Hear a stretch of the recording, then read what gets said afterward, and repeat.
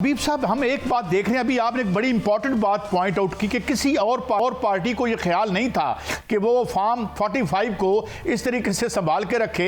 तो ये लगता है जैसे बड़ी वेल थॉट आउट प्लान था इनका, ये जो तवक्को कर रहे थे कि किस किस्म के हालात आएंगे। अब ये जो इत्तेहाद हुआ है, इस इत्तेहाद को आप क्या देखते हैं और पॉलिटिकली इसमें से कौन गेन करेगा? ये दो मजहबी पार्टियां, पीटीआई, या दोनों, या ये क्या आपको फॉल आउट लगती है इसकी? हबीब साहब देखिए, पाकिस्तान की सियासत जो है ना, पिछले कुछ अरसे से हम देख रहे हैं कि गैर मजहबी होती चली जा रही है, और जो मजहबी पॉलिटिकल पार्टीज हैं वो पाकिस्तान की सियासत में कोई गैर मामूली किरदार अदा नहीं कर पा रही। जब हम इंतखाबी मैदान की बात करते हैं, नो डाउट उनकी स्ट्रीट पावर है, नो डाउट उनके चाहने वाले और मानने वाले भी मौजूद हैं, लेकिन इंतखाबी कारकर्दगी उनकी बहुत ज़्यादा अच्छी नहीं है।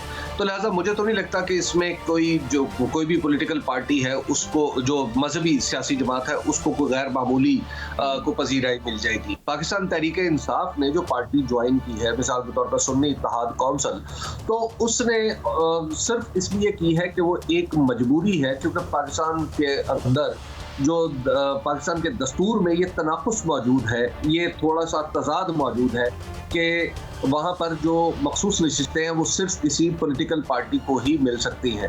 हालांकि दस्तूर के अंदर दस्तूर ये कहता है कि अगर आज़ाद इलेक्शन भी लड़ सकते हैं, तो अगर आप फर्ज कर लीजिए कि पूरी की पूरी असम्बली आज़ाद लोगों पर मुश्तमिल हो, जैसा कि दस्तूर में इम्कान है दस्तूर के अंदर, तो फिर क्या होगा? फिर क्या जो मखसूस नशिस्तें होंगी वो पॉलिटिकल पार्टीज को नहीं मिलेंगी। तो ये एक तनाकुस तो है। जब इस तनाकुस का फैसला फौरी तौर पर तो नहीं किया जा सकता, जाहिर है वो अदालतों में जाना होगा।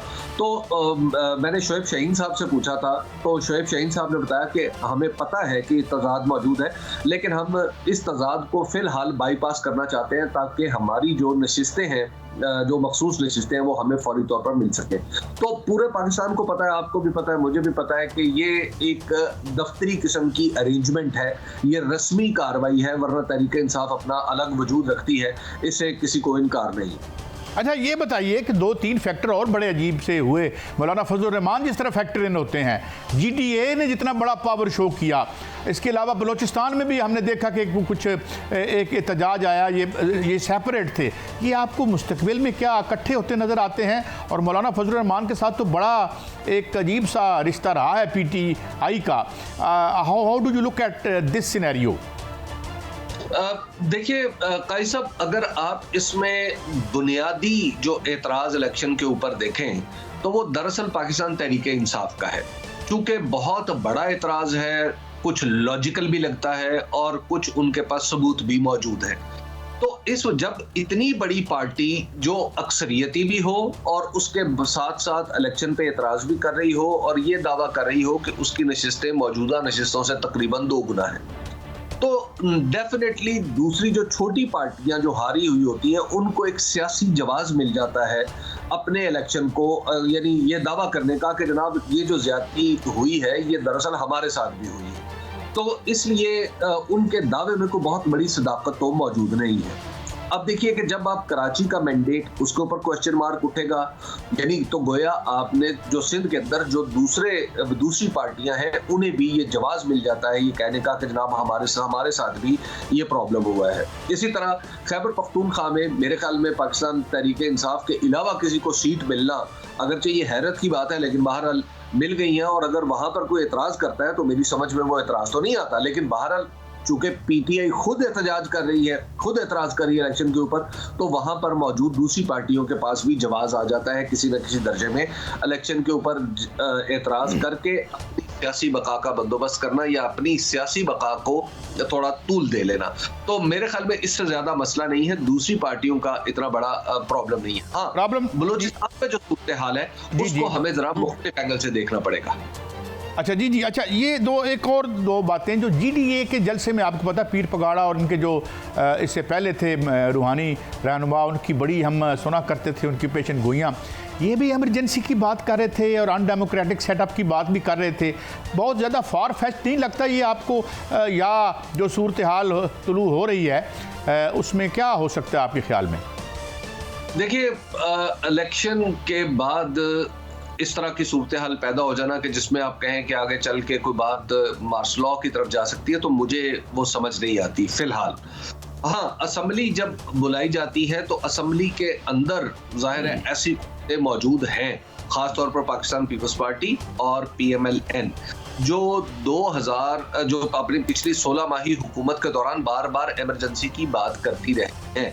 वो बार बार हमें उनके कई जय्यद अराकीन ये बताते रहे हैं कि दस्तूर के अंदर इमरजेंसी लगाने की गुंजाइश मौजूद है और हमारे पास वो अक्सरियत भी मौजूद है वगैरह वगैरह। तो इस तरह की जो सूरत हाल है वो मुझे लगता है कि असेंबली के इजलास और हुकूमत की तश्कील के बाद तो हो सकती है।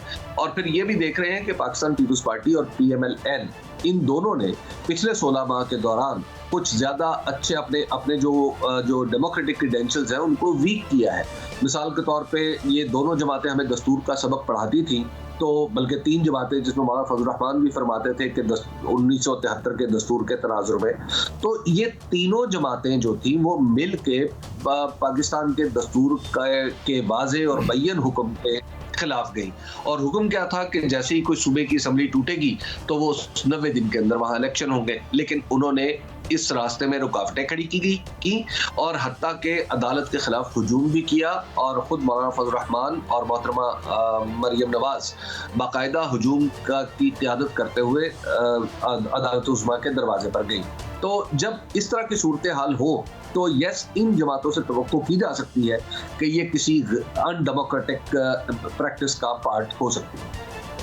अच्छा हबीब साहब, ये 2 इंपॉर्टेंट जमानतें, एक तो वो आपने कमेंट कर दिया जो 3 ज़ाहिर अब वो रिजल्ट मुअत्तल हुए हैं, मगर इधर KPK में भी अमीन गंडापुर साहब की ज़मानत हो गई है, फैसल जावेद साहब की भी ज़मानत हो गई है।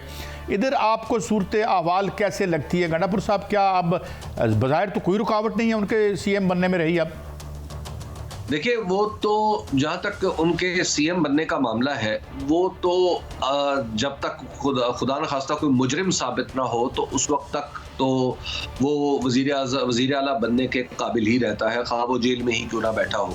तो अब जब एक पार्टी इतनी ओवरवेलमिंग मेजॉरिटी के साथ एक सूबे में जीत चुकी है और बाकायदा तौर पर एक वज़ीर आला के उम्मीदवार के तौर पर वो नामजद हो चुकी है, तो मेरा ख्याल है कि पाकिस्तान की हमें जमहूरियत की इस जो कुछ भी सूरत हाल जिसको हम जमहूरियत कहते हैं उसमें इतनी गुंजाइश बहरहाल बाकी है कि सिर्फ इल्ज़ामात भी ज़ाहिर है ख़ास सियासी तनाजुर में लगाए गए थे और मुकदमे भी ख़ास सियासी तनाजुर में दर्ज किए गए थे, तो उसमें हमें ये मानना चाहिए कि कुछ थोड़ी सी गुंजाइश जो मुंतखब जो अराकीन है उनके लिए निकलेगी। बहुत शुक्रिया जनाब अकरम साहब, हमें बता रहे थे। ये हमारा शो था, मगर एक कमेंट जो इसका निकलता है नट शेल वो ये है कि लगता है कि एक बड़ी पोटेंट अपोजिशन ज़रूर होगी आने वाली असम्बली में, और ये जमहूरियत के लिए यकीनन एक अच्छी बात है।